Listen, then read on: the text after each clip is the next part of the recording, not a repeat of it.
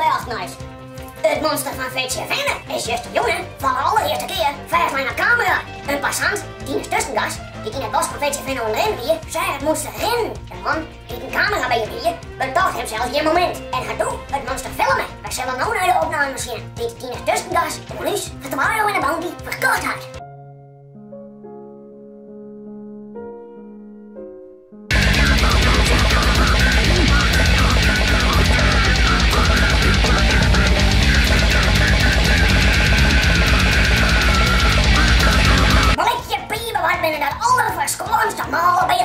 Mijn achtergrond kan voorvrouw die zo'n standaard van braden.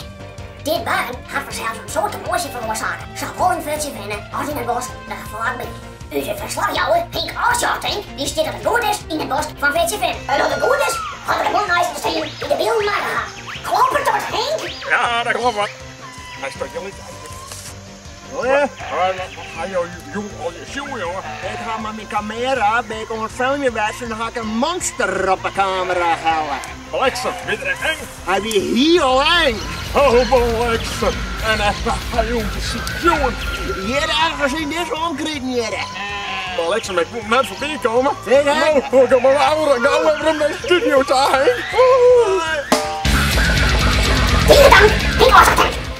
Wat zou hier de boordjan, het monster van Veetje Venne. Dit weer komt hier voor jou de achternaars. Ons is, God bless you, en net op het ijs komen. Want we houden verder die hard in de gaten.